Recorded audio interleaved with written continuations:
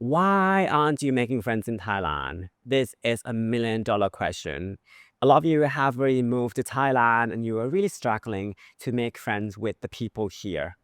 But I think when it comes to making friends, there is also this common psychology that you can use worldwide. The only difference is that in each place, there's always a little bit of nuance here and there when it comes to making friends.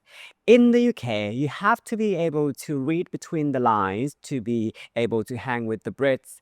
In Thailand, the core message is to be easygoing, is to be someone who is ready to get along with other people very easily.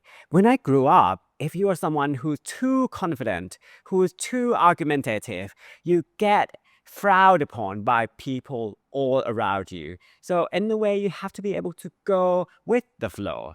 But there's more than just that. In this episode, I'm going to go through some of the reasons that might really surprise you about why aren't you making friends in Thailand yet. And at the end of this episode, I'm going to also give you some hot tips and tricks in making better long-term friends in Thailand. So stay until the end. One of the reasons why you aren't making friends in Thailand just yet is because maybe you aren't honest with yourself. Maybe you aren't actually looking for Thai friends. Ooh, that sounds offensive, isn't it? You moved to Thailand, but not looking for Thai friends. What I'm going with this is the fact that sometimes you can like a cafe, but you might not even feel that special with the food. Same as Thailand. Maybe you like the country, but when it comes to people, you are someone who can like people from wherever they come from. If you click with that person individually, then you click and you become friends. Now that's fine. If you have a great social group of friends that you feel healthy, that's fine. The only problem that would come with this is that when you start comparing yourself with other people, when you start comparing yourself with your expat neighbors who have gazillion loads of Thai friends, and you may start feeling a bit inferior. Well, fret not. I think it's the most important thing to just keep reminding yourself that you have contributed to this country. I hope you have in your own way. And if you're making friends individually, at some point you would make Thai friends along the way. I think comparison it's such a venom, no, a poison to our life. So don't compare, just do your best.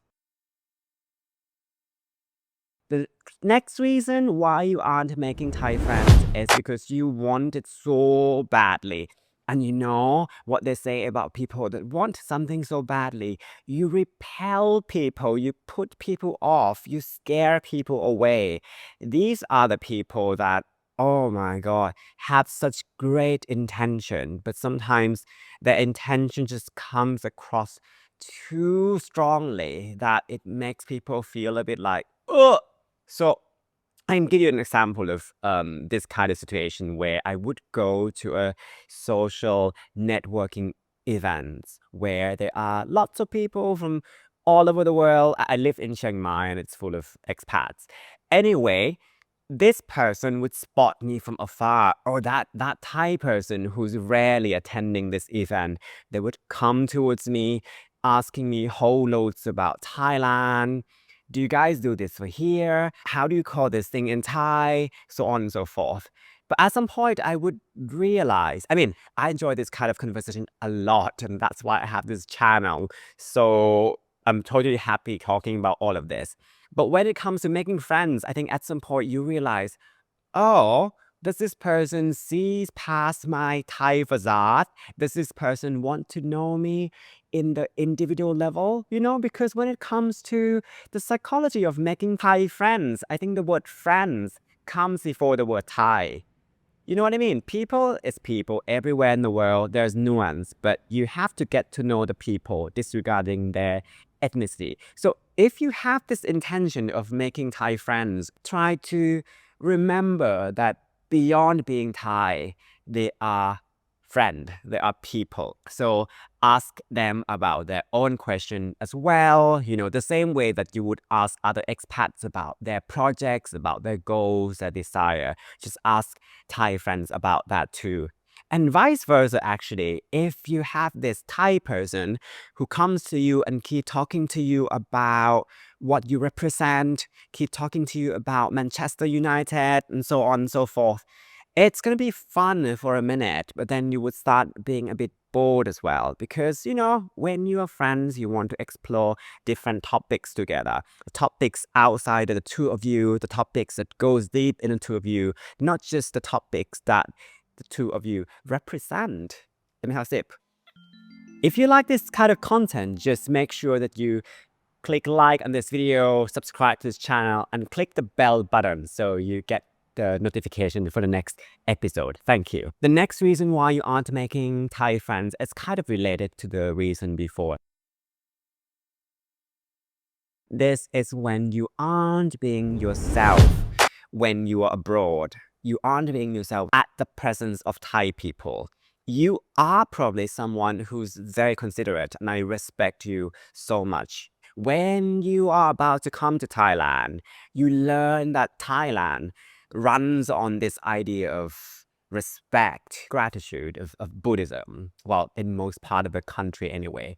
So you come here and you are taught that, okay, this is the Thai greetings, right?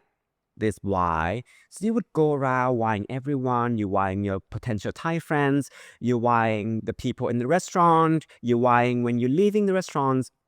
These are really beautiful gesture, and I think that it's probably okay if you're going to be here for a few weeks or a month and then you would leave because then you would just be at the tourist level. But if you're serious about integrating into the Thai society, if you're serious about making Thai friends, then drop this. You know why? Because this gesture is very intrinsic into the social hierarchy. The longer you live in Thailand, the more that you would know that you would do this to your friend's parents. You would do this to someone that you respect, you are grateful for. This gesture is very interpersonal. So you want to do this to people that you just meet randomly, usually.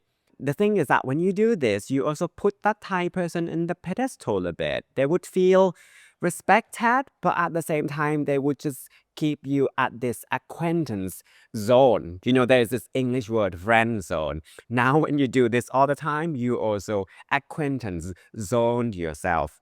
Same with the word kun. You might have been told that the word kun is the way to address a Thai person politely, which is the same as Mr. and Miss. But that's the thing, you won't call your friends back home Mr. John, Miss Samantha, unless you are just, joking around with them. Same in Thailand. Drop this when you are in the same level with someone, when you want to be friends with someone. I think politeness is so good. But politeness doesn't always bring you friends. What brings you friends anywhere, and in Thailand as well, is the fact that you can walk the thin line between being polite and respectful at the beginning, but also being a bit nosy and digging deeper into the person's psyche to get to know them a bit better. And hopefully they would do the same thing to you. The longer you can do that, the more that you could form a long, sustainable friendship, relationship, obviously. Sometimes the fact that you are in a different culture also makes you behave in a very unique way. I think one of the worst scenarios that could come about this is at the first impression. The first impression is very important. For example, I come across this Western man. I was just talking with like a group of my friends in a bar or something, and all of my friends aren't Thai looking. And there was this one man who wanted to come and talk to us. So he like slowly walked into the circle, and he just went shaking hands with everyone. And when he saw me, he was like not knowing what to do for like actually like 10 seconds or so. And I had to reach my hand out and shake hands with him. And I think like he had this great intention. I think people are very considerate in Thailand in general. So they were like, okay, is handshaking the norm in Thailand? So when I come across someone who looks Thai, I'm not quite sure what to do. Should I shake hands? Should I bow? I understand you, but I think the world could be a cruel place. People can judge you just based on this first impression. I don't judge you, by the way, but I think if you want to make friends better, just remember that the rule of thumb is when you greet someone with a certain gesture, just do the same for everyone. If you went shaking hands with all the people, and if you come across someone who's Thai looking, sometimes they're not even Thai, just shake hands with them too. Or if you want to be extra polite, just shake hands and say like, oh, sorry, are you Thai? Like, I don't know if this is the right way to do it, but just go and do the same thing to everyone because no one wants to feel left out. I think when a person feel left out, then they would have this bad impression about you. Unfortunately, and you meant well as well. Okay, so there are also some natural factors that you can't really do anything much about it that make someone more popular when it comes to making friends in Thailand and make someone less popular when it comes to making friends in Thailand. The number one reason is the age reason. Because this society is very socially hierarchical. We as Thai people respect so much the older people. So if you are someone who are a bit older, then you might be struggling a little bit more because when you come across the Thai people, they would extend their respect to you as well, even though you aren't Thai. And respect is a beautiful thing, but it also prevents you from being friends because I think friendship comes from the fact that you see each other at the same level. I think if you are an older individual, my recommendation is to look around and look for the Thai person who might also be around your age.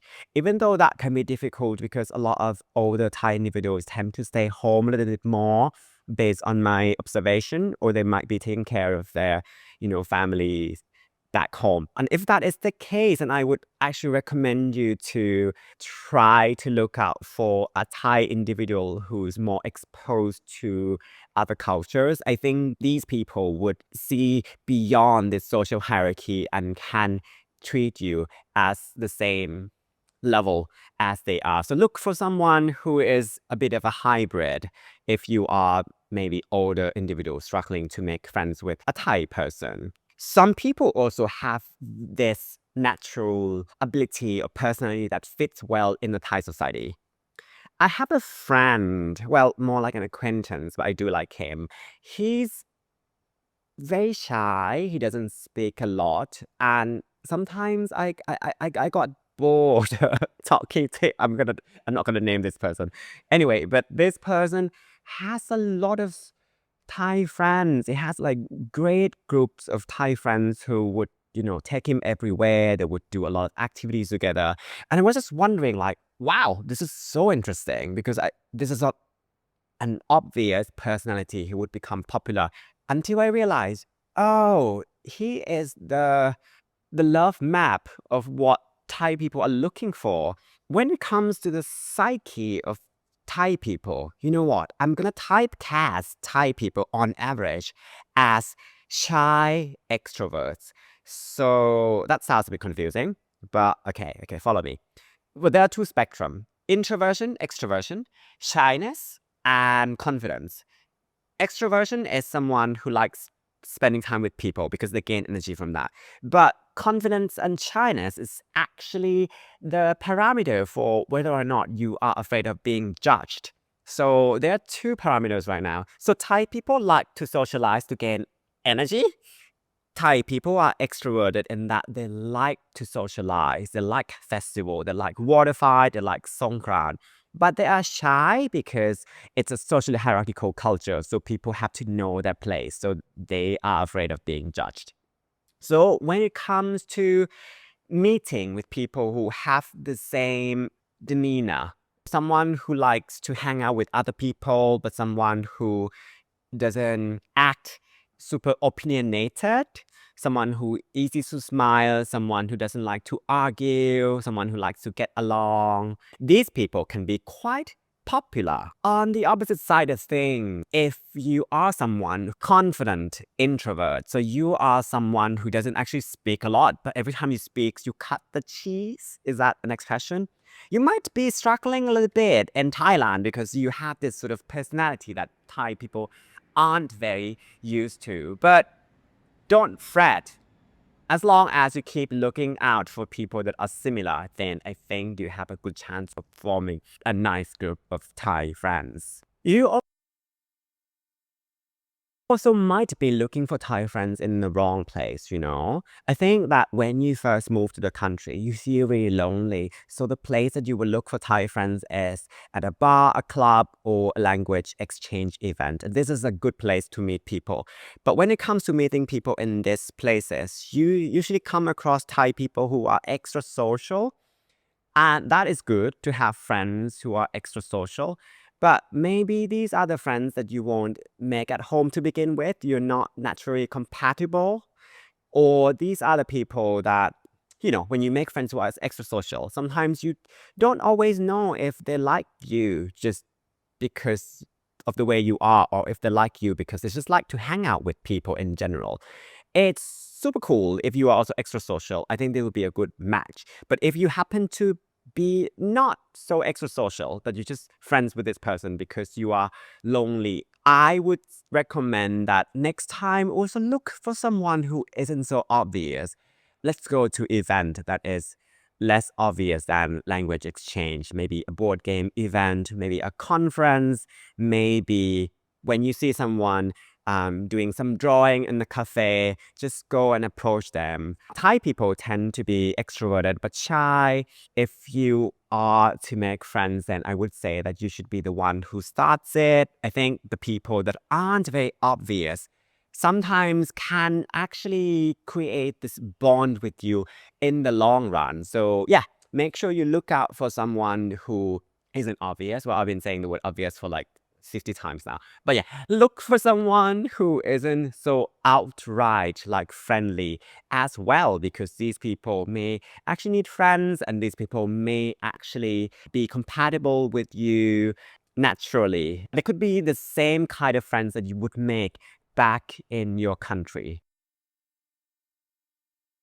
Now, here it is. This is the tips and tricks in making friends in Thailand for all of you people who are lonely and not lonely in Thailand.